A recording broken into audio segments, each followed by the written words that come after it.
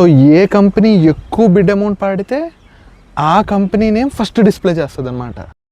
లేదు, గూగుల్ ఆ టాప్లో వచ్చే యాడ్ లింక్స్ డిస్ప్లే చేయడానికి యాడ్ ర్యాంక్ అనే ఒక ఫ్యాక్టర్ని వాడుతుంది. ఈ యాడ్ ర్యాంక్ ఇంకా 2 ఫ్యాక్టర్స్ మీద డిపెండ్ అయి ఉంటుంది. So ad rank equal to bid amount into quality score.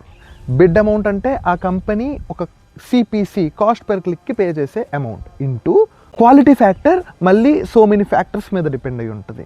ఆ కీవర్డ్ యొక్క రిలవెన్సీకి, ఆ ల్యాండింగ్ పేజ్ క్వాలిటీకి, యాడ్ క్వాలిటీకి, ఇలా చాలా ఫ్యాక్టర్స్ మీద డిపెండ్ అయి ఉంటుంది.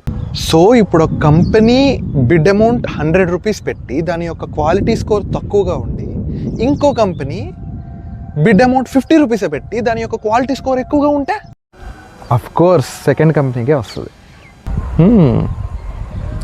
గూగుల్ చాలా స్మార్ట్ క్రిష్. గూగుల్ అందుకు స్మార్ట్ కాదు, గూగుల్ నువ్వు చేసే ప్రతి యాక్టివిటీని ట్రాక్ చేస్తుంది.